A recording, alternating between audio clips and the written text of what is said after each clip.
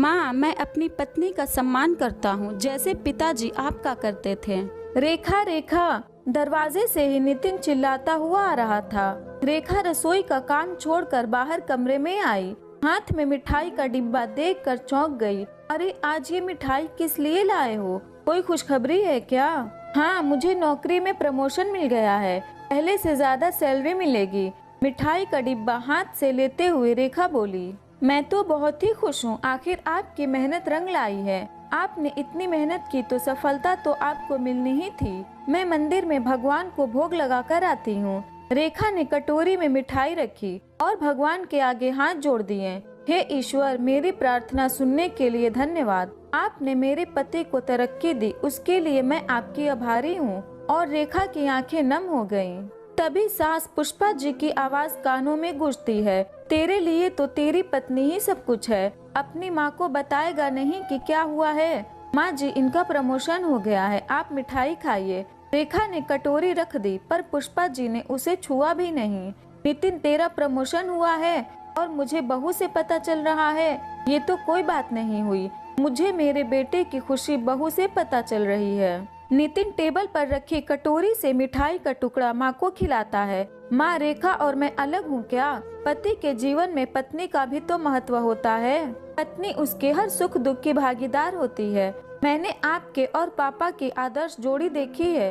ये सब पापा से ही सीखा है। वो आपको कितना महत्व देते थे, आपका मान सम्मान करते थे। मैं भी अपनी पत्नी का सम्मान करता हूँ, पर मैंने कभी आपके मान में कमी नहीं होने दी। वो घर की लक्ष्मी और अन्नपूर्णा है। उसने मंदिर में भोग लगा दिया तो क्या हो गया? माँ, मैं भी पापा की तरह अपनी पत्नी का सम्मान करता हूँ। पापा भी तो आपके लिए कितना कुछ करते थे। पुष्पा जी चुप हो गयीं, क्योंकि नितिन कुछ भी गलत नहीं कह रहा था। नितिन के पापा भी तो बिल्कुल ऐसे ही थे। उनके जीवन में उनकी पत्नी पुष्पा जी का बड़ा महत्व था। जब पुष्पा जी की शादी हेमंत जी से हुई थी, तब उनकी पढ़ाई भी अधूरी रह गई थी। उनके पति अच्छे पढ़े लिखे नौकरी पेशा थे और उनका बीए भी पूरा नहीं हो पाया था। हेमंत जी के दादाजी बुजुर्ग थे और वो अपने पोते की शादी जल्दी कराना चाहते थे। नौकरी तो लग गई है, अब शादी भी कर दो। मैंने हेमंत के लिए अपने दोस्त की पोती पुष्पा को पसंद कर रखा है। इसकी शादी उसी से होगी और उन्होंने हेमंत से पूछना भी जरूरी नहीं समझा कि उसे किस तरह की लड़की चाहिए। हेमंत जी चाहते थे उनकी पत्नी कम से कम बीए पास हो। शादी की रात उन्होंने अपनी ये इच्छा पत्नी को बताई तो पुष्पा जी बहुत खुश हो गयी कि अब वो आगे भी बढ़ सकती हैं। 2 साल की पढ़ाई बची थी, ये जानकर घर में कोहराम मच गया। दादी, सास और सास ने घर सिर पर उठा लिया। घर की बहू घर से बाहर कॉलेज पढ़ने नहीं जाएगी। पर ये केवल हेमंत जी की ही नहीं, उनकी पत्नी की भी इच्छा थी कि वो अपनी पढ़ाई पूरी करे। बस फिर सारा परिवार एक तरफ और हेमंत जी एक तरफ हो गए। उन्होंने भी जिद ठान ली कि अब पुष्पा अपनी पढ़ाई पूरी करके ही रहेगी और वो भी प्रण लेकर बैठ गए थे। ये कॉलेज जाएगी तो घर का काम कौन करेगा? उनकी माँ ने सवाल किया। काम पहले भी होता था, ये झाड़ू पोछा बर्तन कपड़े कर जाएगी और सुबह का खाना आप और दादी बना लेना, ये शाम का खाना आकर बना लेगी। उन्होंने उपाय भी बता दिया। अब तो घर वालों को माननी ही पड़ी और पुष्पा जी कॉलेज जाने लगी। उनके मायके में हेमंत जी की वाहवाही हो गई। एक दिन जब पुष्पा जी को खबर मिली कि उनकी माँ बीमार है, तो वो उनकी देखभाल करने के लिए मायके चली गयी। 3 दिन में माँ की सेहत सुधरने लगी। तब पुष्पा जी वापस आने के लिए सामान जमाने लगी। तब उनकी माँ ने भी कहा कि कुंवर साहब ने सारे घर से झगड़ा कर लिया। वैसे वो अब तुझे पढ़ाकर क्या करेंगे? अब तो तेरी शादी हो गई है, तुझे कौन सी नौकरी करनी है? चूल्हा चौका ही तो करना है और तूने भी मना नहीं किया। माँ, मेरा भी मन था और इनकी भी इच्छा थी और जरूरी थोड़ी है कि मैं नौकरी करूं। मेरी पढ़ाई घर गृहस्थी चलाने में भी काम आएगी। हेमंत जी कितने अच्छे हैं, अपनी पत्नी का कितना ध्यान रखते हैं। आपको तो खुश होना चाहिए, आपकी बेटी को इतना अच्छा पति मिला है। वो मुझे बहुत खुश रखते हैं। उनके जीवन में अपनी पत्नी का बहुत महत्व है। ये सुनकर पुष्पा जी की माँ की आंखें खुशी से भर आईं। वो वापस ससुराल आ गई। अगले दिन जब वो कॉलेज जाने लगी तो सासू माँ ने टोक दिया कि आज घर में बहुत काम है और इतने दिन मायके में आराम करके आई है, तो अब घर का काम कौन करेगा? 2-4 दिन कॉलेज जाकर पढ़ाई ना करेगी तो सृष्टि हिल नहीं जाएगी। पुष्पा जी चुप रही। तभी हेमंत जी कमरे से बाहर आए और बोले, माँ, पुष्पा आराम करने नहीं, अपनी माँ की सेवा करने गई थी। 2 दिन कॉलेज की छुट्टी थी, इसने केवल 1 ही दिन की छुट्टी ली थी, पर अब ये कॉलेज जाएगी। इसके विषय का आज महत्वपूर्ण व्याख्यान है और कुछ दिनों बाद परीक्षाएं हैं, तो इसका जाना जरूरी है। इसने घर का बाकी काम तो कर ही लिया है, फिर खाना ही तो बनाना है, वो आप और दादी मिलकर बना लोगे। वैसे मुझे आपके ही हाथ का खाना बड़ा पसंद है। वो माँ को मुस्कुरा कर बोले। अपने बेटे के आगे माँ की एक न चलती थी। पुष्पा जी प्रतिदिन कॉलेज जाने लगी और पढ़ाई करने लगी। एक दिन दादी सास ने पुष्पा जी को बाहर बुलाया। सुन, शादी को 1 साल होने को आया, तू हमें हमारा पोता कब दे रही है? मैंने पड़ोस से ताई को बुलाया है, वो तेरी नब्ज देखकर बता देगी कि कितने दिन चढ़े हैं। पुष्पा जी की नब्ज दिखाई गई तो निराशा हुई। हाय राम, साल भर होने को आया, अभी तक भी गर्भ नहीं ठहरा। मैं तो सोच रही थी आते ही 9वें महीने में गोद में बेटा खेलेगा, पर पता नहीं बहू में क्या कमी है। जरूर कुछ कमी है, तभी तो माँ नहीं बन पाई। दादी सास ने सारे घर में हल्ला मचा दिया। पुष्पा जी सहम सी गईं और शर्म से कुछ न बोल सकी। सासू माँ ने भी सवाल पर सवाल दाग दिए। हेमंत जी काम करके घर आए थे तो सबकी बातें सुनी और बोले, ये मेरा निर्णय है, अभी मैं पिता नहीं बनना चाहता हूँ। पहले पुष्पा की पढ़ाई जरूरी है, वो पूरी होगी तभी ये माँ बनेगी। अभी हम बच्चा नहीं चाहते हैं, 1 साल तो रुके हो, 1 साल और रुक जाओ। पहले पुष्पा बीए पूरी करेगी, उसके बाद ही माँ बनेगी। उस दिन दादी सास बड़ी गुस्सा हो गई। आग लगे ऐसी पढ़ाई को, मुझे तो अपने पर पोते का मुंह देखकर सोने की सीढ़ी चढ़ना है, अभी साल भर और लग जाएगा। उन्होंने नाराजगी से मुंह फेर लिया। हेमंत जी ने दादी जी से क्षमा मांगी और वचन दिया, बस वो साल भर से ज्यादा देरी नहीं करेंगे।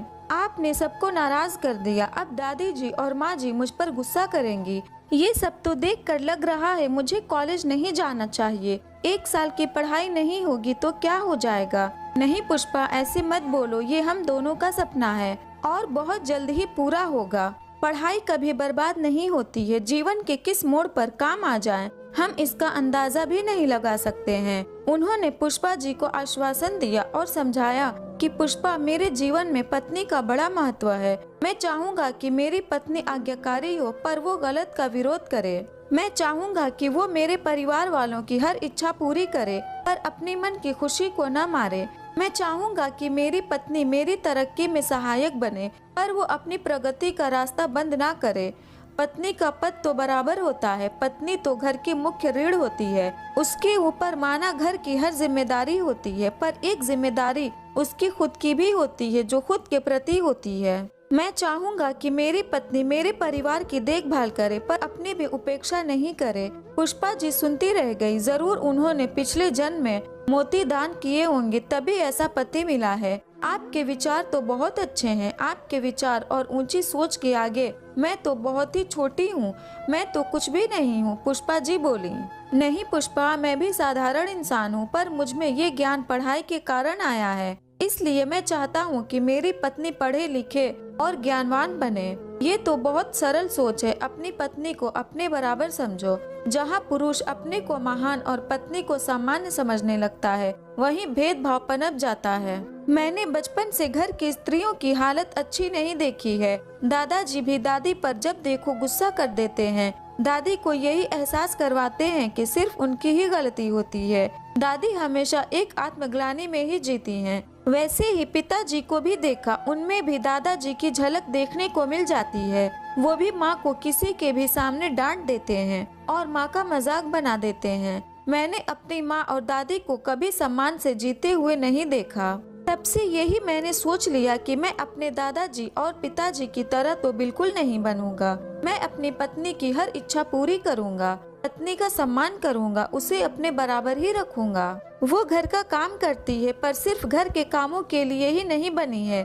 उसकी अपनी भी इच्छाएं हैं और सपने हैं, जिसे पूरे करने का हक उसे है। हेमंत जी की बातें सुनकर पुष्पा जी अपनी किस्मत पर गर्व करने लगी। 1 साल बाद उनकी पढ़ाई पूरी हो गई और उसके कुछ महीनों बाद उनकी गोद भी भर गई। पहली बार में बेटे का जन्म हो गया। दादी और सासू माँ की शिकायतें दूर हो गई। दादी को सोने की सीढ़ी चढ़ना नसीब हो गया। घर में खुशहाली सी छा गई। अपने पोते को देखकर सभी घर वाले हर्षा रहे थे। नितिन जब 2 साल का हुआ तो हेमंत जी ने पुष्पा जी से बीएड करने को कहा और फॉर्म भरवा दिया। उन्होंने घर पर रहकर पढ़ाई की और वो बीएड परीक्षा में भी पास हो गए। अब बीएड करने के लिए 1 साल का समय और चाहिए था। हेमंत जी ने फिर से सबको समझाया और पत्नी को बीएड के लिए भेज दिया।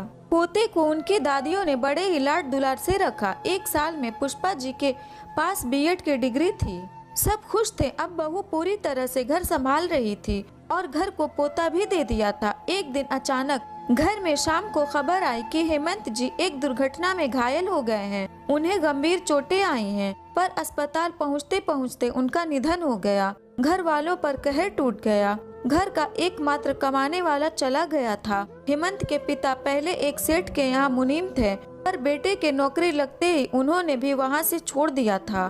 पुष्पा जी पर तो कहर ही टूट गया। छोटा सा नितिन अभी 4 साल का भी नहीं था और सिर से पिता का साया उठ गया था। कुछ महीने ऐसे ही बीते, फिर उन्होंने अपनी बीएड की डिग्री निकाल ली। स्कूल में टीचर बनकर पढ़ाने लगी। समय रहते अपनी सभी जिम्मेदारी पूरी की। कुछ सालों बाद परिवार में सिर्फ वो और नितिन रह गए थे। सभी बुजुर्ग जा चुके थे।